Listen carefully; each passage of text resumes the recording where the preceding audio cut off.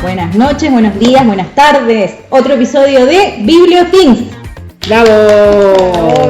Bienvenidos, queridos oyentes, una vez más a este final de esta impactante trilogía. Trilogía de la literatura. Música de suspenso.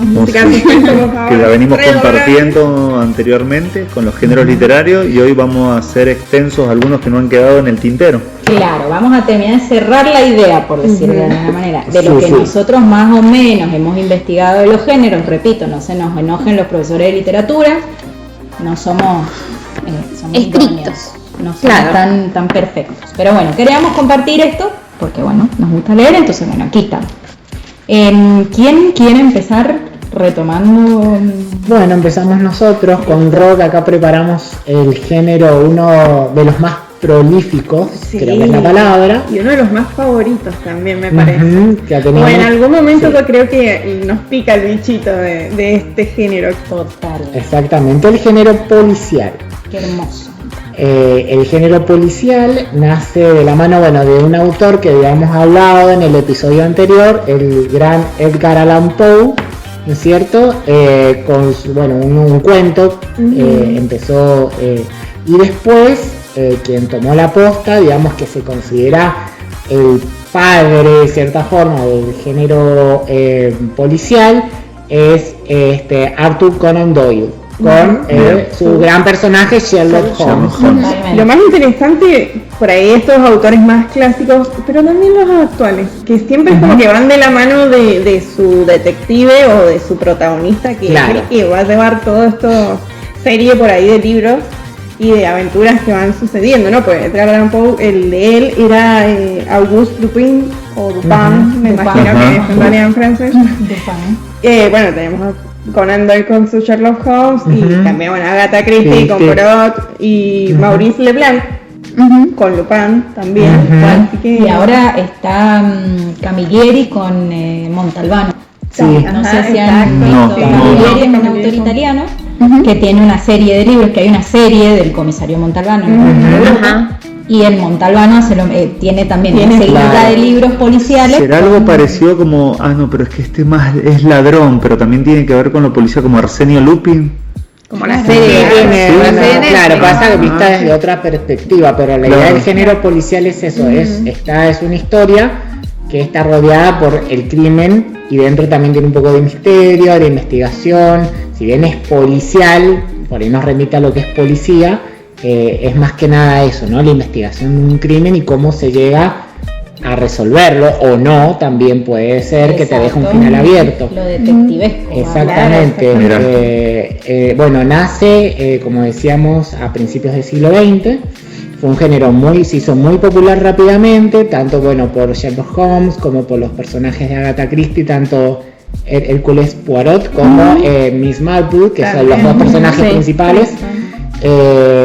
Después se desarrolló lo que es en Estados Unidos, se toma eso, porque primero el fuerte es Gran Bretaña, ¿no? Que hace el género policial tradicional, con esta estructura del héroe que resuelve el misterio, que es como el ejemplo, ¿no? de la valentía, de la honradez. Ese clima londinense ahí. Exactamente. Claro, el respeto a la institución, todo eso que se quería transmitir. Y después ese género lo toman en Estados Unidos, pero lo transforman como en algo más lúgubre, algo como más de los bajos, de los barrios bajos, del crimen de la mafia que estaba muy en boga, y se transforma en lo que es el género noir, la novela negra, que también se replica en cierta forma en Francia, más o menos por la misma época, periodo de entreguerras, ya cuando la cosa no era tan optimista como venía siendo las décadas anteriores.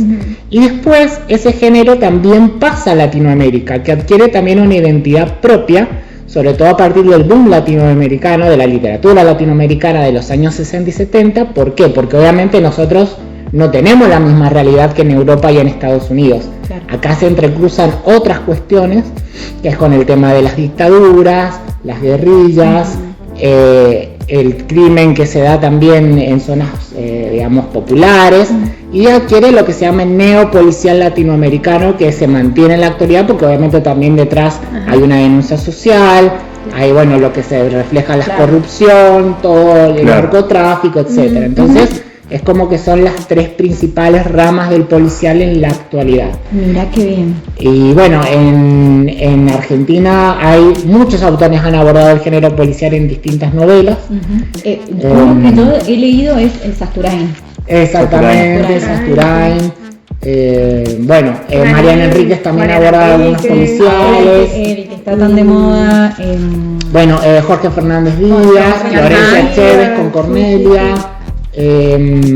Generalmente los que son periodistas como Jorge Fernández Díaz abordan este tipo de psicólogos. Santis también Andajasi también, que lo hemos nombrado. Tenemos muchos exponentes en el también García Márquez en su momento, Vargas Llosa, Bolaños en México, o sea, tenemos mucho policial, quizás no autores que se dedican específicamente, pero que a lo largo de su trayectoria policial o algo policial sacaron en algún momento. Exactamente, lo mismo en España, por ejemplo Arturo Pérez Reverte, que tiene su personaje también Falcó, que hace sus novelas son ambientadas más en la época de la Guerra Civil Española, y Rosa Montero también, que ella lo mezcla un poco con la ciencia ficción. Y después tenemos también en España a Dolores Redondo, que tiene la trilogía de Bastán, que está muy buena también. Sí. Y cómo ha proliferado también el tema de la novela negra policial en lo que es los países nórdicos. Los suecos. Los suecos sobre todo. Buenas novelas. Kenny Mackin creo que se llaman, un sueco, o noruego, no me acuerdo bien. Con su detective que es Wallander, que hay una serie en Netflix que se llama El joven Wallander. Que no sigue muy bien los libros, porque es como si fuese cuando él era más jovencito. Y en los libros siempre se lo retrata como más adulto. Es verdad. Después hay una serie que también es muy buena, la de Sebastián Bergman, que también está muy buena, que es de dos productores que hicieron toda una serie. Bueno, también hay muchísimos. En Alemania también. Hay muchísimos. Los suecos son como los que la tienen la culmine de lo más copado. Hay una que se llama Asa Larsson, Asa Larsson es buenísima. Y bueno, y la saga Millennium, que empezó con los primeros 3 libros de su autor original, ¿no? Que son espectaculares, para después entrar en debate con los siguientes libros que son de otro autor. Y ahora ha salido, no recuerdo el nombre de la autora nueva, pero sigue de nuevo la serie, o sea, sería su 7º libro de la saga Millennium, con el tercer autor que sin otro autor, o sea, sin el original. Sin el original, lamentablemente ya falleció. Bueno, acá se ve que está como muy destacado en el siglo XXI, los autores es como el boom, pareciera.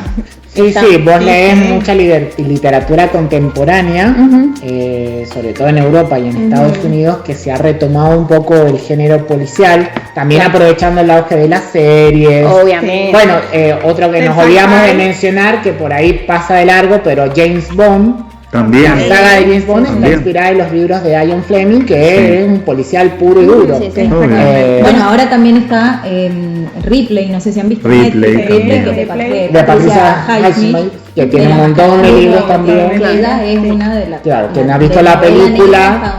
Igual policial ahora como que está como muy en auge, tanto en libros como en Netflix, o sea, está a full. Está todo ahí a full. No sé si ustedes se acuerdan, nosotros éramos chicos, pero por ahí gente más grande se acuerda que existió la serie de Poirot. Bueno, de hecho ha salido hace poco las películas de Asesinato de Oriente Express. Exacto. Y la de La muerte en el Nilo. Era muy fiel a los libros, no me acuerdo. Pero, o sea, estamos hablando allá en los 2000 o un poquito más atrás, me parece. Bueno, era muy Holmes. ¿Cuántas películas, series. ahí con han hecho de todo con eso. Sí, de todo. Han sacado jugo a más no poder. Yo creo que han explotado a ese producto. Sí, va a seguir. ¿Hay recomendaciones? Sí, yo traigo un autor que no nombramos recién y que no es actual, para mí es un clasicazo, que es Gastón Leroux con El misterio del cuarto amarillo, que es el autor en realidad del Fantasma de la ópera, que todos deben conocerlo por eso. El misterio del cuarto amarillo. Pero El misterio del cuarto amarillo es muy buen libro, me encantó. Lo leí en mi adolescencia. Que nos tocó en la secundaria, me tocó el bicho de... Retomando los 2000. Claro, por supuesto. Lo leí por esa y la verdad es que fue uno de los policiales que más así me enganchó en el género, como que me introdujo en el género policial. Y después, bueno, un montón, ¿no? Los de Sebastián Bergman me gustaron mucho, sobre todo los primeros, estaban muy buenos. ¿Y qué más? Siempre lo cuento, el del caso, la verdad sobre el caso de Harry Quebert, que después se hizo todo un montón de libros, no sé, ahora ya deben haber como 4. Ese también me marcó bastante, fue como bastante nuevo e innovador en lo que venía saliendo en general. Yo he notado también que en la literatura policial también hay un auge de una novela juvenil. Por ejemplo, policial. Está ese hombre y el Pablo de Santis. Pablo de Santis, que ha sacado varios para juveniles. Y muchas de las seriecitas cortitas que hay por ahí en Netflix son de libros juveniles de autores que no conocen nadie o que los va a conocer ahora porque salió la serie y sale el libro a la vez. Claro. Para jóvenes. Es como ambientando el género para ese rango etario. Bueno, Pablo de Santis tenemos son protagonistas. El del Museo de Lucas Lenz, no me acuerdo cómo es el título. Y esta hay una trilogía que está muy buena también del el buscador de finales.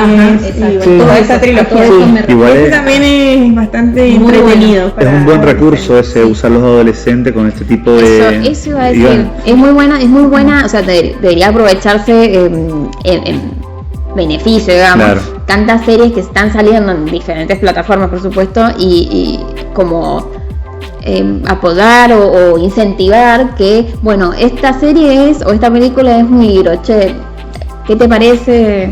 Claro. Veamos el libro. Y la ciencia ficción y fantasía casi siempre se apoya en la adolescencia o niñez y de ahí para adelante.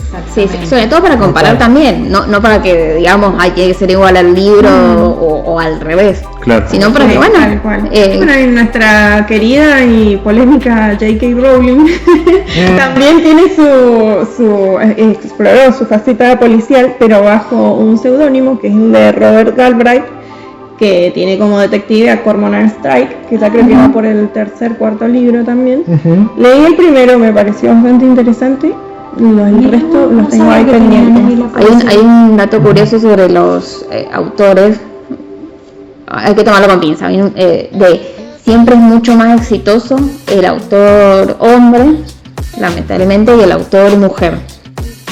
Entonces, también fue parte de una experiencia, ¿no? De que no llevara el nombre de J.K. Rowling. De hecho, J.K. Rowling ya había sacado un libro, había sacado un libro fuera de la saga de Harry Potter que era Vacancy, no me acuerdo. Bueno, y justamente para que no llevara su nombre y ver cómo reaccionaba el público. Fue algo que ella comentó en una de las tantas entrevistas que le hicieron, que por eso era una de las tantas cosas por las que había buscado otro seudónimo, así como otros autores de mujeres, y no buscar el autor con nombre de hombre. Y bueno, es como la italiana que no sabemos si es o no es la Elena Ferrante, que no sabemos si es mujer o hombre. Dicen que es mujer, pero bueno. No se sabe. Tema para futuro podcast. Por supuesto. Escritores anónimos. Bien, y bueno, yo voy a recomendar para quienes se estén iniciando en el género policial que lean a Agatha Christie, porque la verdad que es una de las más amenas y clásicas del género. El que yo tengo acá es Un cadáver en la biblioteca, que es uno de los libros... Qué conveniente. Para los bibliotecarios. Exacto, para quienes quieran empezar a leer, porque está muy buena, tiene una escritura bastante amena, que se puede leer... Te enganchás del principio y en poquito tiempo lo terminás.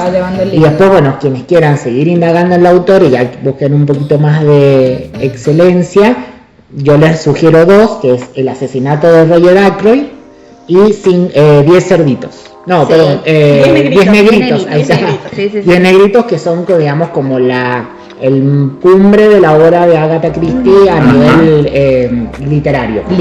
Para mí es un excelente libro cuando estás iniciando, o sea, como saliendo de la etapa de niño y entrando a la adolescencia. Me parece que Agatha Christie es excelente. Exactamente, ella es muy buena para iniciar. Ojo que también lo que comentábamos en el podcast pasado con los de Elige tu propia aventura, había También. mucho de esos que eran policiales. Para mí también Claro. es esa edad entre los 10 y 13. Y cuando ya empezás a entender ciertas situaciones Sí. de la vida. Sí, yo creo que como es eso que uno saber gestionar. busca, claro. Ya como que podés. Todos entender pueden que- hacer el detective. No sé.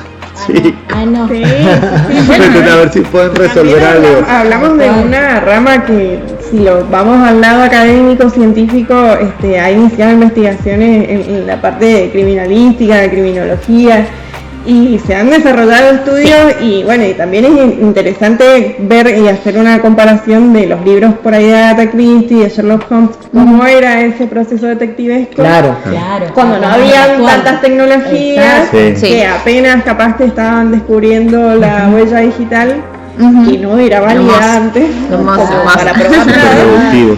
Y ahora sí, y bueno, y toda la tecnología que vamos viendo ahora, por Claro. ejemplo, Sí. no sé, las series de Netflix, que ahora Claro. no sé, que tienen el último GPS, tipo que ya los CSI, muestra, ¿no? claro. También. Es de Da nosotros super la CSI, huella pero digital. bueno. ¿Cómo es de nosotros, mi abuela? Claro, es un invento descubierto. Yo sé lo que dice, si fue descubierto por un Sí, argentino. por un Creo que argentino. sí. Dicen que sí. Sí. Como todo, como hay muchas cosas, están en Bucetich. discusión. Creo, no me... Sí. Perdón si me está escuchando algún criminólogo, pero creo que Juan Bucetich, si Sí, mal no Juan- recuerdo. Creo que Juan Bucetich, de hecho hay varios institutos de criminalística. Que se da en honor. Mirá, qué Así genial. que Bueno, la Creo ciencia que ficción es, también ¿no? se mezcla con el género policial en Carbono Alterado. el carbón alterado Claro, también. Ay, también qué buena es lo que serie. hablábamos recién. Sí. Detective en el sí, futuro sí. con toda la tecnología y vivir. Minority Report. Mirá cómo empiezan a salir cosas increíbles. sí, Pero policial uno increíble. cree que no Sí. consume, pero Pero- tanto en la Ajá. literatura como en Pasa series. que digamos. abarca tanto y se puede Sí. mezclar con tantos Y otros tiene un géneros montón de que ramas. te puede, viste, lo ves todo el tiempo. Uno no lo sabe, pero no se da cuenta, pero lo ves permanente. Bueno, y Claudia Piñeiro también tiene muy Piñeiro esa- también. Piñeiro esa- también, sí, ha captado mucho el género. Sí. ¿Quieren que siga yo? Sigo yo. Se contesta sola la peli. Tiene motivo. Tengo motivos. Bueno, yo me fui para el lado de la comedia, el drama y la poesía. Bien. Entonces, bueno, el género de la comedia es un género que busca entretener y hacer reír. O sea, suele presentar situaciones humorísticas y personajes extravagantes. Y el objetivo es transmitir generalmente una crítica ingeniosa o una crítica social ingeniosa que despierte en vos una pregunta, por decirlo así. Generalmente, por lo menos, el principio de la comedia. Comedias así como más conocidas, Don Quijote, Don Quijote, humor y sátira, Sí, rara, todo eso. La primera novela de la historia. la primera novela que hay que leerla como en varias etapas de la vida, porque es tan Sí. compleja que, Sí. así que lean el Quijote. Y la otra, qué sé yo, Alicia en el País de las Maravillas, con sus Uf. juegos de palabras, Clásico. con los absurdos, los lógicos y demás.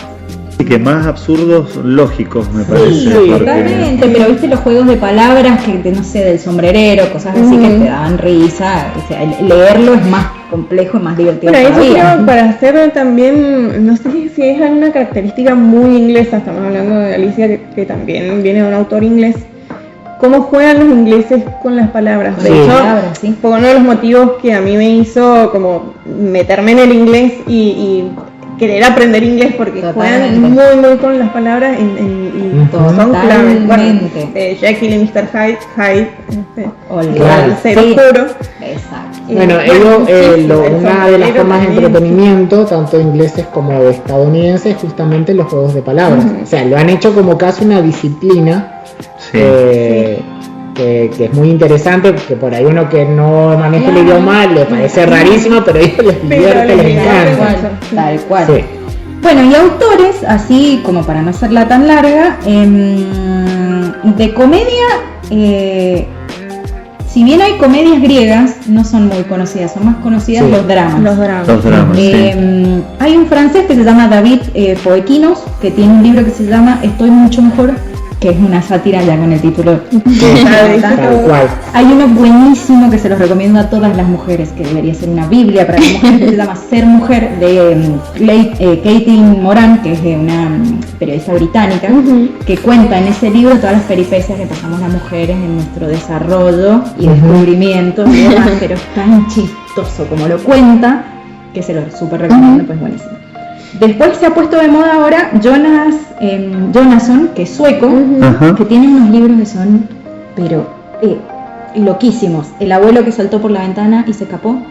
El abuelo que salvó el mundo, el analfabeta que entendía perfectamente los números. Me muero. Son cosas completamente contrarias, pero divertidísimas para leer. O sea, el abuelo se los recomiendo porque, no sé, el abuelo, no sé, conocía a Hitler, es un abuelo que tiene como 150 años, conoció a Hitler, era amigo de no sé qué. No, buenísimo. O sea, bizarro, de pe a pa, pero muy bien. Obvio, sí. Muy hermano de Mirta. Hermano de Mirta, quizás, tal cual. Puede ser. Y la otra es Nora Ephron, que es estadounidense, que tiene 2 libros que están muy buenos, que se llaman No me acuerdo de nada y No me gusta mi cuello. Eso podríamos estar de acuerdo.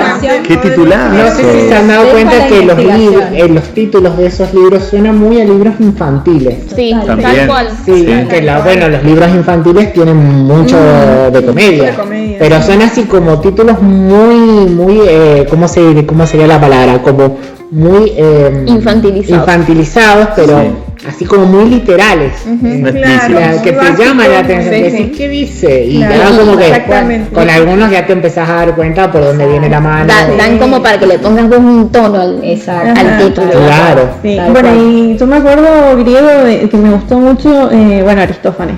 Me gustó mucho las aves y las nubes. Te matas de risa. Y el coro además bueno, a mí el tartufo de Molière. Sí. Chistosísimo. Que ese sería como el género así de comedia que está como de moda ahora. O sea, de comedia hay varios, pero es como que ahora está como más el auge de reírse un poco más, será. Y en Argentina podríamos llegar a nombrar por ahí a Cassiari, ¿no? Tiene cuentos que son muy dramáticos a veces, pero bueno, siempre. Claro, lo que pasa es que en Argentina la literatura humorística generalmente se relaciona con el cómico, con la historieta. O con la historieta. Claro, por ahí Fontana Rosa quizás tiene algo. Fontana Rosa, exacto. Fontana Rosa, bueno, Quino con su Mafalda y demás. Entonces el humor, el argentino lo relaciona por ese lado. Claro, por eso somos tan fuertes en historieta y el cómic con la novela humorística que sí, que por ahí va. Bueno, quizás podríamos decir, no sé, me corrige alguno, Jorge Sosa acá en Mendoza. Podría ser bien, que hace humor en cierta forma. Sí, tenemos algunos autores acá en Argentina y en Mendoza también que manejan mucho ese tema. Por ahí lo mezclan con otros géneros, pero sí tienen mucho de. Claro, pero siempre está presente la risa, que es como a lo que queremos llegar. Bueno, y lo contrapuesto, que sería el drama, es un género que se enfoca en la representación de conflictos emocionales y sociales. Situaciones serias, profundas, amor, ambición, lucha de poder. Generalmente busca la empatía y la reflexión. Y bueno, ahí tenemos como dioses del drama, los griegos, por supuesto. Obvio. Edipo el rey. Eso. Si no lloraste y sufriste con Edipo, no te corre sangre por las venas, porque es pobre tipo, Edipo, pasó todo. Aristóteles, Eurípides, Esquilo, bueno, Sófocles con Edipo, García Lorca. Ay, eso estaba pensando. Bonito. Exacto. Él sí nos drama.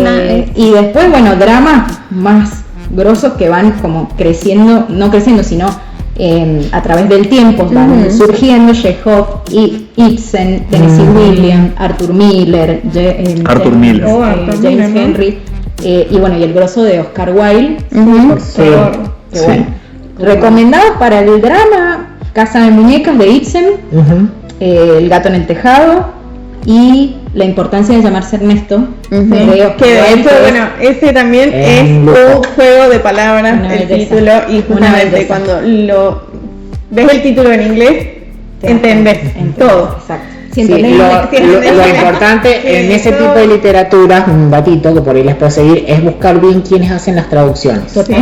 Porque tienen que ser, los traductores tienen que ser unos muy buenos conocedores de la jerga del inglés.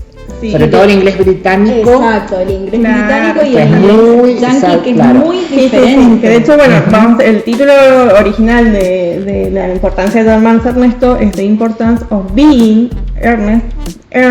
Suena ahí como que es como la importancia de ser formal.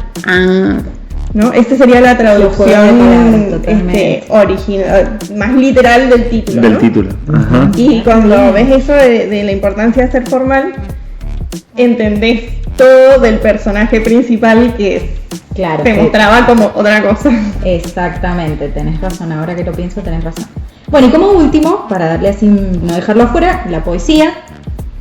Que es un género que se caracteriza por el uso de la belleza y la musicalidad del lenguaje para expresar ideas, o sea, sentimientos, experiencias.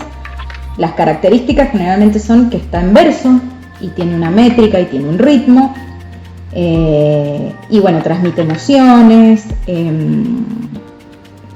se usa mucha creatividad, hay muchos estilos: soneto, oda, poema libre, haiku, que son bellísimos. Los haikus son poemetas muy cortitos. Y bueno, y para recomendarles, yo les voy a decir una sola frase. Me gusta como cuando callas, porque estás como ausente. Neruda, o sea, a full. No me hables. Neruda, no podemos poner eso. Todos hemos tenido el libro de los 100 poemas de amor y una canción decepcionada. Las rimas de Becker, que nos debe haber tocado leerlo en el colegio, Machado, Darío, Alberti, y mi poema favorito, que es El Cuervo de Edgar Allan Poe, que lo puedo leer 80 veces, y escucharlo en inglés es maravilloso.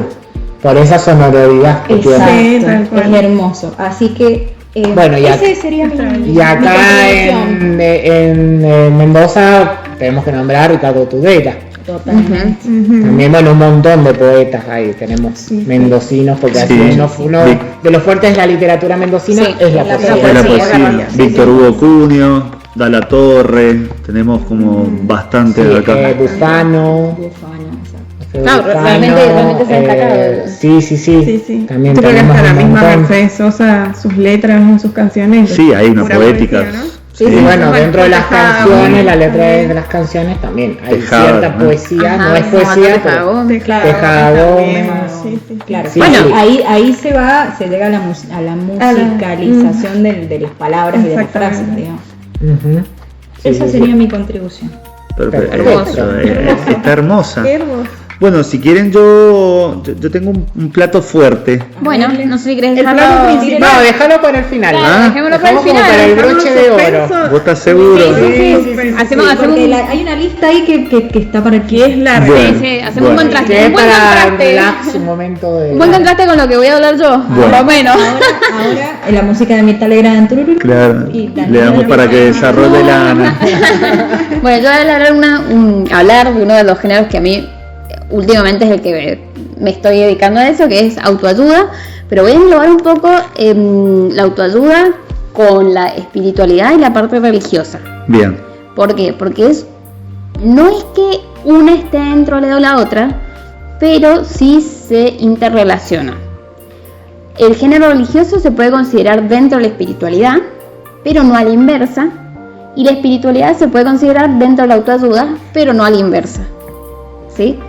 Ese es como el análisis que se ha hecho a través del tiempo. Los libros de autoayuda tienen un boom, como en el siglo XX, por supuesto, cuando empiezan como los grandes dramas de la sociedad por el avance tan rápido de la evolución como sociedad. Pero el primer libro realmente se considera en la antigüedad, las enseñanzas de Confucio se considera como el primer, entre comillas, libro de autoayuda. Mirá vos. Hay otros que difieren y que dicen que el primer libro se llama, irónicamente, Autoayuda, y su autor se llama Samuel Smail. Me muero. Por eso es irónico, se llama Smail, en el 1845. ¿Vos querías juego de palabras, Ron? Claro, también está ahí. Ahí está. El autoayuda, como que las características principales es enfocado al desarrollo personal, a la motivación y hoy en día al éxito financiero. Sí, pero bueno, muy auge. Por supuesto. Nosotros que trabajamos en bibliotecas lo piden todo el tiempo. El bendito padre rico, padre pobre. Sí, quiero ya sí. Eso se consideran como los... El monje que vendió. Como las características. Está entre los libros. Y yo hice un listadito de los libros más vendidos del siglo XXI. Los amamos, usuarios, igual. Vayan a pedirlo sin Con la vergüenza. base de nuestro trabajo. Vayan a pedir sin vergüenza. En el siglo XXI, porque es el siglo XX, en el siglo XXI, que vendría a ser del 2000 para acá, se consideran como los aspectos mayores, los cambios sociales y tecnológicos. Bien. O sea, eso ha generado, digamos, como que eso se ha enfocado la autoayuda más que nada. Aumentó el estrés. O sea, se puede decir que la autoayuda, Ana, como que va también mutando con la sociedad. Exactamente. Por eso se hablaba de que, digamos, la autoayuda no es una cosa estática, que es solo motivación personal y nada más, sino se va adaptando a cómo evolucionar. La literatura en general. Claro. Toda tiene un cambio social de fondo que le da el pie para que se arme. Claro, pero hay alguna como que puede quedar más estanca, decimos. Por algo en las clasificaciones de bibliotecas de los libros, tanto Dewey como la clasificación de CIMAR, voy a tirar un título muy técnico. Por eso se clasifican en lo que es psicología aplicada. Porque justamente por eso justamente porque la autoayuda es eso, es psicología aplicada a la conducta humana, lisa y llanamente. Tal cual, ¿no? Y además en el 2000 que supuestamente íbamos a volver como 10 a las máquinas, íbamos a volver 10 años atrás, nos íbamos a morir, iba a pasar de todo. Por eso habla ¿y cómo sale el auge ¿no? de la tecnología? Exacto, por eso habla de la autoayuda como incluyendo la tecnología. Y también habla de que la autoayuda hasta el siglo XX se consideró que era solo en los libros. Hoy en día, como que el género autoayuda se busca también en, obviamente, podcasts, blogs, plataformas, grupos de gente interactuando. Entonces, es como, bueno, la tecnología influyó. Mucho podcast, mucho podcast de autoayuda, ahora que lo menciona Ana. Y mucho audiolibro. Uno se mete en Spotify, te salen todo el tiempo audiolibros. Exactamente. Una votación así histórica, por decir. También hubo un auge de la literatura de este estilo en la época de los 70 en la revolución hippie, en el movimiento hippie, que estaban las enseñanzas de Don Juan, que era de este señor que yo lo odio con toda mi alma, que es Rojas. Enrique Rojas, del que escribió El Hombre Live. El Hombre Live no, este hombrecito todo dio a ese, creo. Todo dio a ese Enrique Rojas. Porque vi un documental donde me enteré que era un chanta, por eso. Mientras vos pensás, aportamos. Buscando el nombre. Los tres grandes, que fue como unánime en varios lugares donde investigué, los tres grandes autores son Anthony Robbins, Deepak Chopra, y Wayne Dyer. Tus zonas erróneas. Está de moda ese libro. Exactamente. El secreto. Mi mamá lo compró y Igual Ana, creo que el segundo que mencionaste, Deepak Chopra, no solamente tenía los libros, sino que tenía que iba haciendo congresos. Es que es médico. Claro, por todo el mundo. Es médico y utiliza la Ayurveda, que es esta terapia india, sumado a eso. Y esa Ayurveda tiene mucho de meditación. Eso iba a decir. Incluye, como que engloba todo eso y saca una tesis. Es uno de los autores de Deepak Chopra que entremezcla o interrelaciona la autoayuda y la espiritualidad. Ahí la junta. Sí, es un poco como de los dos conceptos. Ahí me acordé. Carlos Castañeda. Ladri. Castañeda, no lo quiero ni ahí, las enseñanzas de Don Juan, truchísimo. Entre comillas, Ladri, mal, que se dijo ser antropólogo y nada que ver. Lo vamos a denunciar. Denuncia pública. Por cierto, ya murió este señor. Y el otro que estaba de moda en esa época, para la época de Castañeda, es Osho. Otro que también muy controversial, muy controversial. Bueno, que ahora es en realidad da una corporación directamente. Sí, bueno, hoy el que no sé si es estilo, pero está muy cuestionado es Ted Robbins, que hace el dinero. Sí, que hace muy grandes congresos, la gente, muchísima gente. Que es un coach exacto. económico. Y él se lo considera como Tony Robbins se lo considera de autoayuda el tipo. Claro. Y si ustedes ven las charlas que da el tipo, claro, es un tipo es muy intenso, muy carismático, pero es como... Y hay muchos que lo cuestionan. O sea, pero que ahora... Es muy yankee, es muy el estereotipo del comunicador, es muy de allá. Pónganse a pensar esto, quizás ahora la autoayuda no pasa por el alma, lo que uno percibe, o por la esencia, sino por el dinero.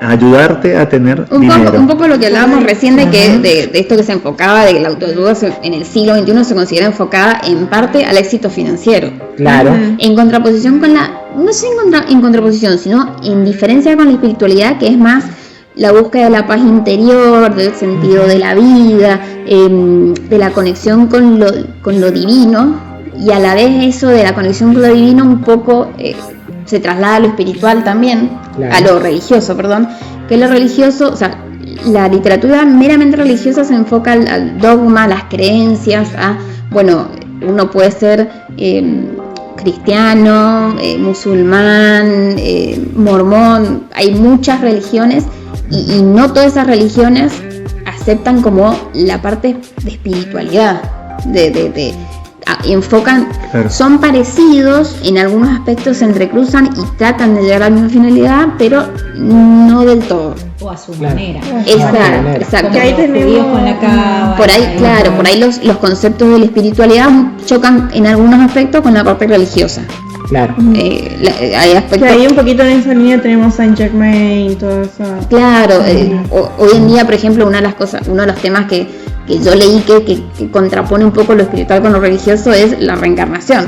Sí. O sea, hay religiones que lo aceptan, hay religiones que no, pero la espiritualidad se aboca a eso, o sea, un poco, no sé si la finalidad es esa, pero incluye este concepto o esta idea. Claro. Sí, perdóname. Y también hay un montón de libros que se podrían considerar de autoayuda que en realidad van en contra de todas estas creencias. Son los que me gustan. Eso, ese que me prestaste buenísimo porque te rompe todos esos dogmas. El sutil arte de que todo te importa una mierda, recomiendo. Por eso, muy bueno. Mira que yo no soy muy amante de ese tipo de literatura y a mí me gustó. Claro, por eso hacía la referencia al principio del podcast de eso, lo espiritual, o sea, lo autoayuda engloba lo espiritual engloba lo religioso, pero no es recíproco, no es algo que va y viene.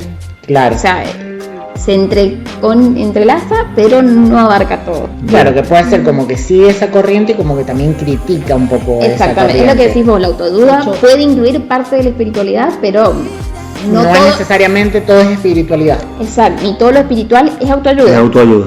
Claro, por ahí depende el lugar en el que vivas. También. En la India. Exactamente. La meditación y toda esa movida tiene otra perspectiva. Y también con otra perspectiva. Claro. Y sí se engloba. Y no acá, por ejemplo, que la meditación no es... Sí, es como que le llevé un libro... de la India a Occidente. Exacto. Que también es distinto a lo que es en la propia India. ¿Cómo se occidentaliza algo? Las cuestiones budistas en el Tíbet. Yo creo que se adapta. O esas cosas. Me parece que se adapta a la sociedad en la que el concepto se está adaptando a la sociedad en la que está inmiscuida. Yo creo que hoy en día, por ejemplo, la meditación, como decía Nico, está abocado más a la cuestión de salud mental, y no sé si tiene que ver con la autoayuda, tiene que ver con una cuestión de, socialmente necesitamos como calmarnos todo. Obviamente, y también a quién llega este tipo. Un cambio de paradigma con respecto al cuidado de la salud mental que antes no existía. O que no existía acá, pero es como que le debes un libro de autoayuda a un monje tibetano. Claro, por ahí te va a decir que su religión ya le da todo lo que necesita. Claro, generalmente el perfil de la persona que busca ese tipo, por lo menos al principio, es porque necesita una respuesta que está buscándola en el libro, que a veces, que ahí también está la cuestión de si qué es lo que te ofrece el libro. Exacto. ¿Qué es lo que te dice? ¿Te da una solución escrita que vos tenés que seguir a rajatabla o te abre a la reflexión? Ahí también está mucho el tema de la psicología, las distintas corrientes. Bueno, ahí hay que como que saber moverse en esas arenas. Hay que aprender a ser objetivo con cualquier libro, yo creo cualquier libro. Sí, pero la autoayuda más que nada decir, este libro de autoayuda no es la Biblia de nadie, por supuesto. Sí, al final estamos hablando de un género que si busca el bienestar personal, tenemos que poner mucha atención en eso, porque capaz que estamos pensando que es algo que nos va a hacer bien y capaz que nos termina perjudicando, ¿no? Sobre todo por ahí en los libros estos que prometen ser millonarios en 2 meses. Totalmente. Y nos meten en cuestiones peligrosas como son las estafas estas de piramidales. Bueno, uno de los libros más vendidos es el Piense y hágase rico. Y eso es viejo.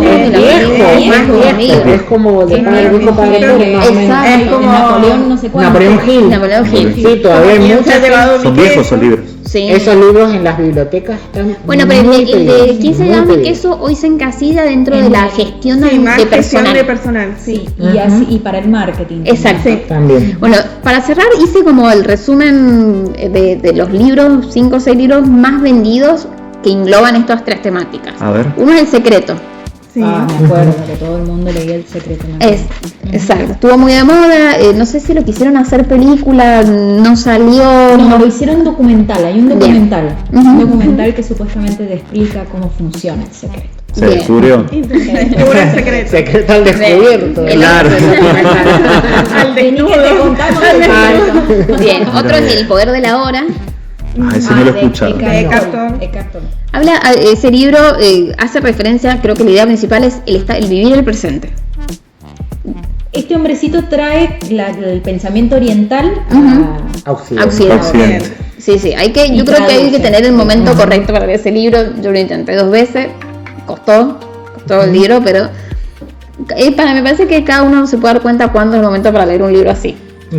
La magia del orden, de Marie Kondo. Hay toda una cuestión de esto de lograr el bienestar a través del orden,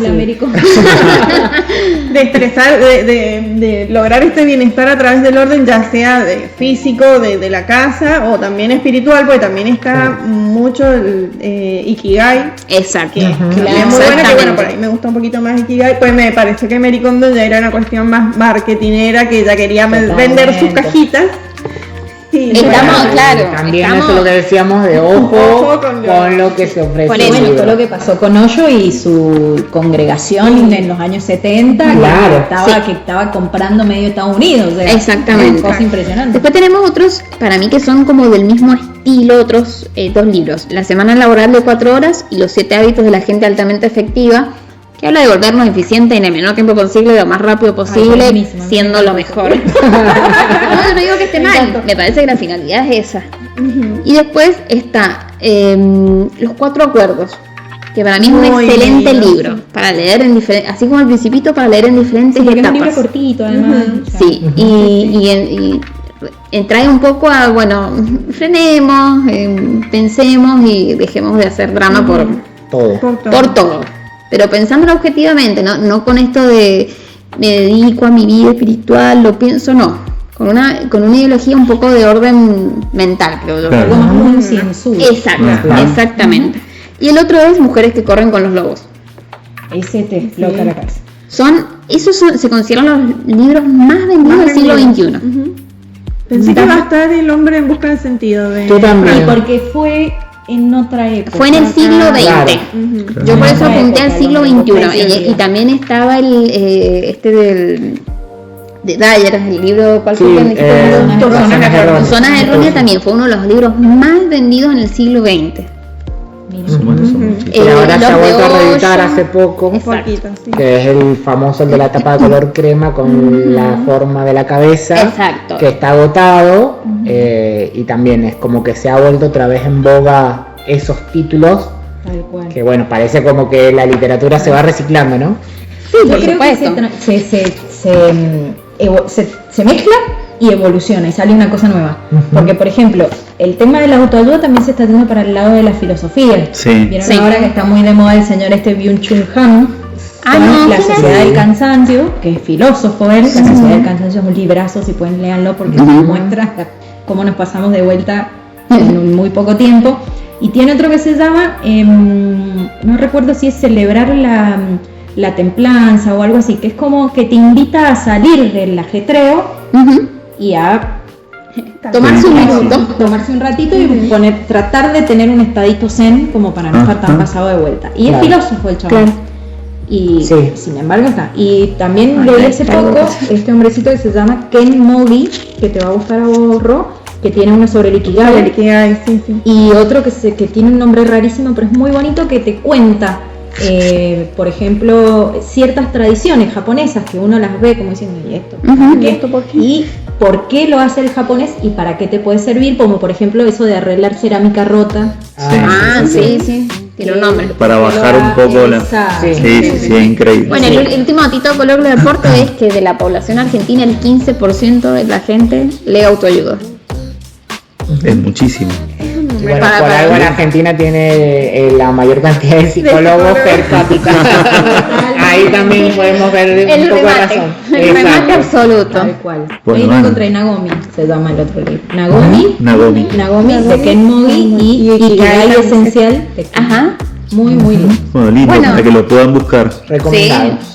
Rematamos el podcast. La noche la cerramos a todo lujo. A ver, descalabranos la cabeza. Mira, esto puede ser cena, postre. En realidad estamos de noche, o sea que puede ser un postre bastante. Ya de tibio pasó a caliente. Hagamos el anuncio, comienza el horario de protección. menor. Mándenlos a las bendis a dormir. A dormir.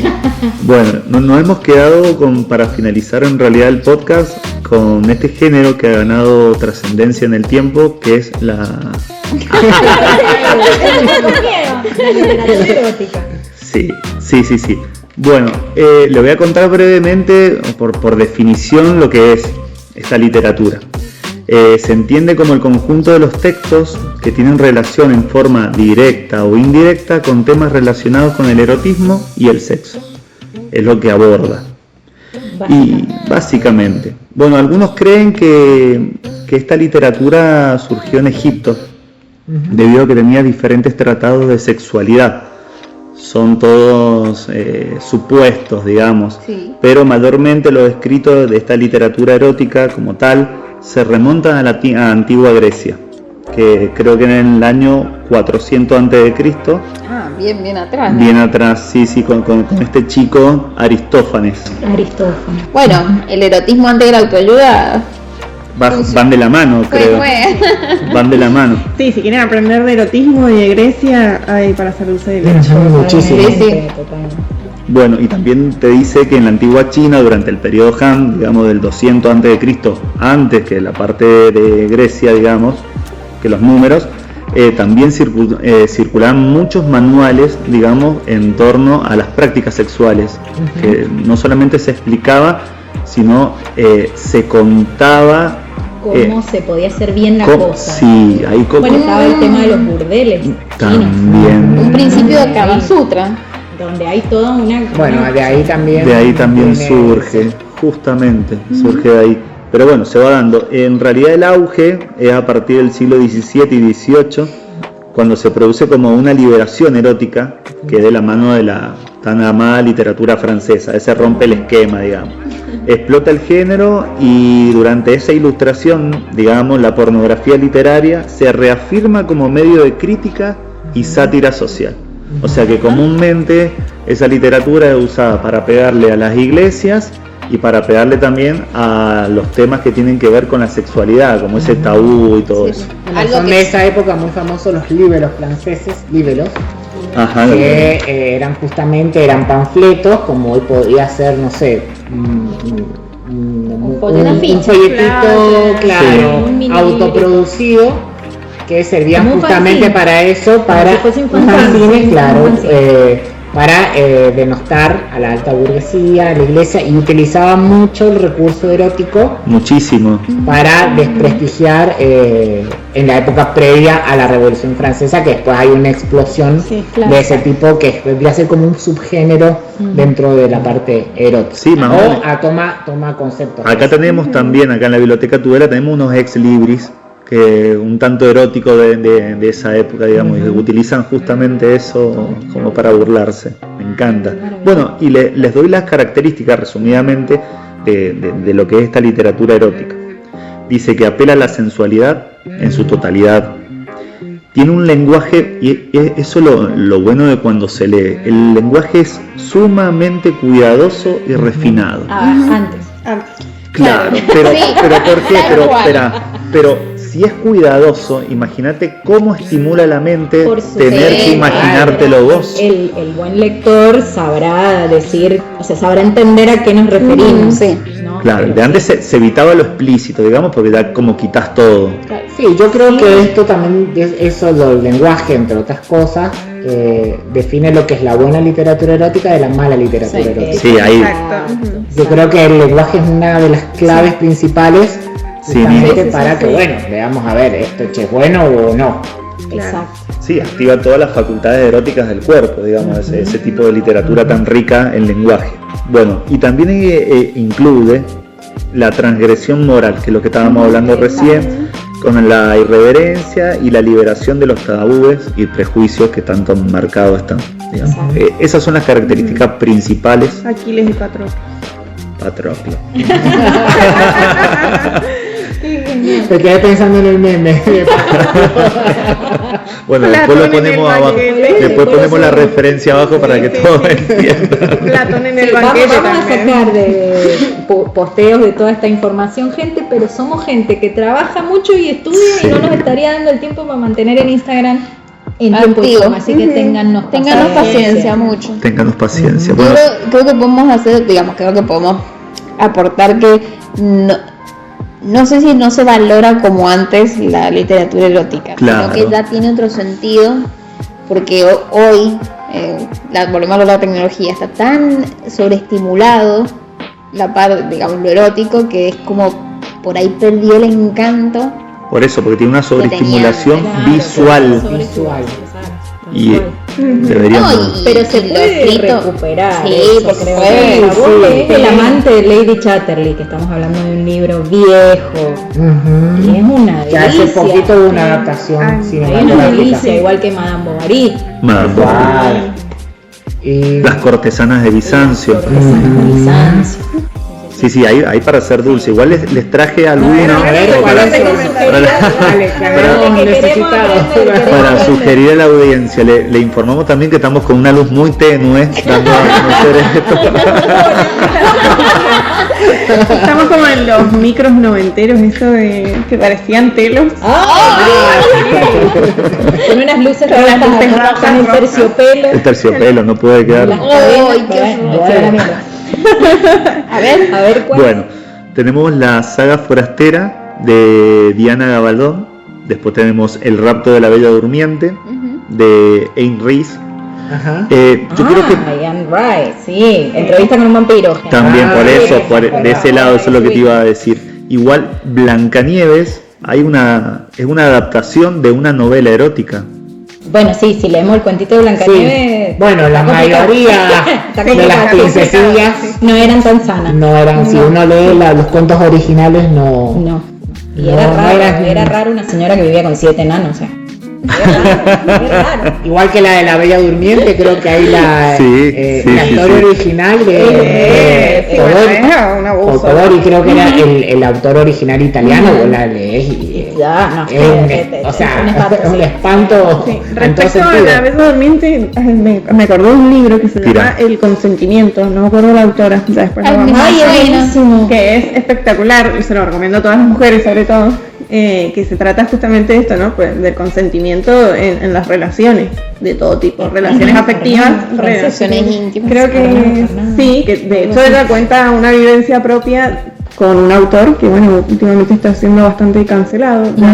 El autor lo ha fallecido, pero su literatura está como siendo bastante cancelada porque, bueno, mira, el hombre no era muy santillo, que digamos. Para nada, en absoluto. Bueno, no, lo vamos a decir con las palabras que corresponden. Se trataban de abusos y es un poco lo que plantea el cuento de la Bella Durmiente, ¿no? Sí, el original plantea también una cuestión del abuso. Claro, bueno, después tenemos Mentiras que seducen, de Alessandra Torre. Tenemos también Memorias de una geisha, esa también la llevaron al cine y todo, de Arthur Golden también, famoso Kama Sutra, y Cartas eróticas de James Joyce. Y yo te sumo las 50 sombras de Grey, que me volvieron loco. No lo quise poner. Yo no lo leí porque las no lo quise poner. Voy a hacer la sección, la leí. Y realmente es muy erótico, pero es muy chabacano. Es muy vulgar. Sí, es chabacano. Y no deja nada a la imaginación. Creo que todo específico. A eso iba a comentar. Pero exactamente. Separar esas cuestiones. Después de 50 sombras de Grey, como que abrió una ventana. Exacto, cambia el paradigma. Y ahora capaz que lees 50 sombras de Grey y lees lo que es ahora, lo que actualmente sacan algunos autores. Exacto. Y te parece que Sombra de Grey era totalmente inocente. Pero yo creo que es porque, me parece que es porque antes se insinuaba, un poco se generaba mucho en la imaginación y ahora es explícito, quizás. Exacto, es literal. Sí, es literal. No es toda la imaginación, entonces no. Sí, exactamente. Incluso hasta con palabras que podemos decir vulgares. Sí, claro. Que las decimos nosotros en nuestra intimidad. Pero también lo que pasó con 50 sombras de Grey es que aborda un tema. Sí, no sé si se le dice tema, como un aspecto de la sexualidad que hoy en día sigue siendo un poco tabú, que es el sábado, la sumisión y todo ese tema que hoy no se habla tanto. Entonces, bueno, creo que fue el primer, no sé si el primero, pero uno de los grandes libros abocándose ese tema. Claro, pero es como siendo específico en este tema, entonces como yo creo que de ahí vino un poco el boom y de que, bueno, como decían, la ama de casa. Sí, se abrió un poco a las grandes masas ese tipo de literatura, que quizás, bueno, por eso ese tema del lenguaje que utiliza. Exacto. Les pregunto. Habría que ver la calidad de la narración, pero bueno. Sí, mi gran crítica a esta transformación que ha tenido el género es que muchos libros plantean casos de abusos sexuales, de acoso, del consentimiento, de esto de me gusta, no me gusta, y creo que el siglo XXI lo único que es consentimiento es el sí. Exacto. Claro. Entonces por ahí un poco peligroso quienes empiezan a leer el libro, este tipo de literatura, cómo se encuentran ellos en su vida personal y a qué los puede llevar. Entonces, bueno, agarrarlo, no perder este sentido, esto de decir, bueno, esto es ficción. De hecho, por ahí incluso planteé en un momento en las bibliotecas, aunque sea, pues para mí deberían traer los libros incluidos. Así como en las series de Netflix vemos, nos dicen que va a haber violencia sexual. Los carteles, sí. De hecho, que dejan números de autoayuda, de ayuda. Yo creo que podría ser algo que podemos llegar a hacer nosotros como bibliotecarios, de decir, bueno, lees este libro, pero contiene violencia sexual. Hay editoriales y si estás pasando algún tipo de violencia, pasa que también podés llamar hay que ver ahí si realmente es literatura erótica, porque yo, o por lo menos yo en mi imaginario la asocio con otro tipo de narrativa que no tiene que ver mucho con el tema de abuso. O sea, yo lo relaciono más por otro lado, ¿me entendés? Como en el caso por ahí de los jóvenes adultos, el descubrimiento sexual, las distintas experiencias sexuales que vas teniendo. Hay una novela, Cherie, que también es vieja, y que no me acuerdo la autora, que se trata de una protagonista que es una mujer mayor, 40 y tantos, de la alta burguesía. Por eso, dije mayor para la época, porque estamos hablando del siglo XIX. Una mujer adulta, se acabó la discusión. Claro, pero del siglo XIX. Claro, Vamos a aclarar el contexto. Está bien. Una mujer de 40 y tantos, de la alta burguesía, o sea, de la burguesía decadente o de la nobleza decadente que conoce por determinadas circunstancias a un jovencillo de 20 y pocos. Ajá. Al cual, un colágeno. Exacto, un colágeno, lo vemos ahora, también más o menos de la misma clase social, pero un poco mejor acomodado, el cual lo inicia en este camino y se establece una relación que tanto para el chico como para la mujer son experiencias distintas, y la verdad que la novela está muy buena. Me hiciste acordar de una novela similar. Porque justamente para mí Eva por ese lado tendría que ir más la novela erótica. Pasa que debe pasar algo que acá lo del arroz. Me parece que los autores contemporáneos están pensando más en vender la novela para que se haga la película que en la calidad literaria. Bueno, y en eso pongo ejemplo, por ejemplo, una saga de Ariana Godoy, si no me equivoco, de la autora venezolana, que es muy fuerte. Realmente a mí, después entrando en detalle en el libro, no me gustó para nada, porque ya estamos hablando de temas de violencia física, incluso violencia sexual y violencia física. Lo toman como muy a la ligera, nunca.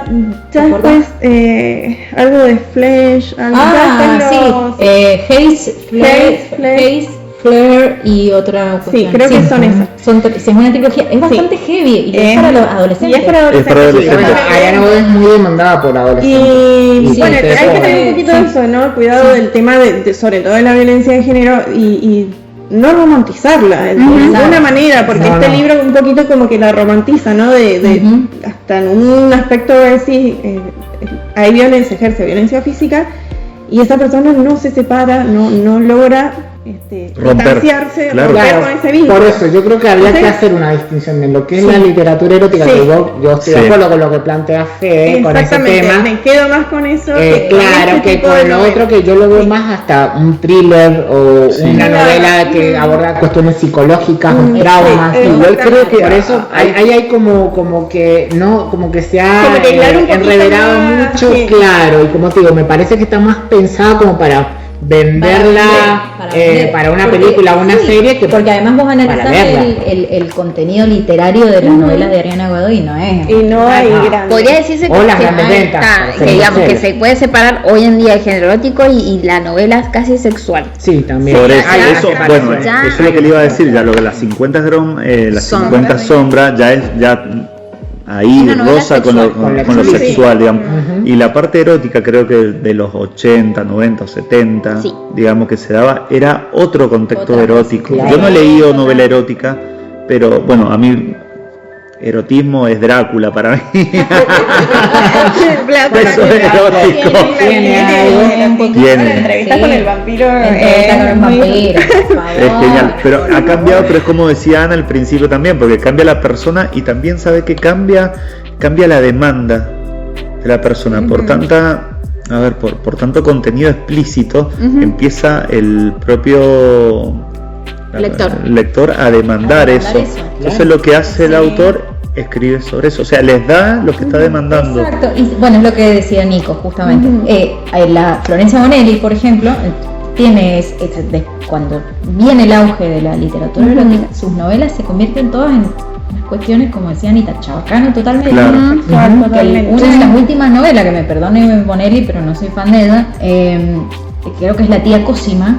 Es una cosa espantosa. Es espantosa, Ojo, bueno, si quieren leer algo lindo, erótico de Bonelli, lean Marlene o las primeras, India Blanca. Bueno, eso sí. Son bellísimas. Después ya se va para cualquier. Sí, pero lo veo como dicen Nico, ya una cuestión de vender. De vender y no ponerle contenido a la literatura. O va a terminar, para mí va a terminar aburriendo, o sea, va a terminar siendo algo que se puede llegar a quedar cesante el género. Son modas, lamentablemente. Porque dentro de toda la gente también un poco, quiero creer, que sigue buscando en la literatura erótica más anterior. Me encantaría traer una persona que estuviera ahora, actualmente, leyendo erótica, pero de antes, como para ver podemos que me explique, porque está bueno como saber o qué es lo que le llama más la atención y que ahora quizás no le llama la atención. Muy bien, bueno, creo que con eso damos por finalizada la trilogía de los géneros. Disculpen que nos hayamos enroscado tanto, pero nos apasiona. Nos apasiona. Sí, será para hablar. Da mucho para hablar. Esperamos que les haya gustado todos los episodios, que hayan disfrutado todos por igual y bueno, los invitamos a seguir acompañándonos. Sí, y ¿por dónde? Los invitamos también a que nos den sugerencias de qué es lo que están leyendo, de qué les gustaría leer y bueno, ¿por dónde nos pueden escuchar? No. Bueno, nos escuchan en Spotify. Estamos YouTube. Estamos incursionando en YouTube, ténganos paciencia, por favor. Y en Amazon. Y en Amazon. Y bueno, nos invitamos obviamente a seguirnos en nuestras redes, que son Instagram la principal, Facebook y X. Estamos en todos lados. En todos pueden dejarnos sus comentarios, sugerencias. También podemos dar nuestro correo por si alguien nos quiere escribir, bibliofins@gmail.com. Sí. Sugerencias, avisos, alguno de autoayuda, algo, canjes, donaciones, aceptamos o cualquiera que quiera que venir de invitado a contarnos. Sí, siempre invitamos. Invitados, abierta la puerta para que se sumen. Así que bueno, gracias por escucharnos nuevamente. Adiós. Adiós. Chau, chau.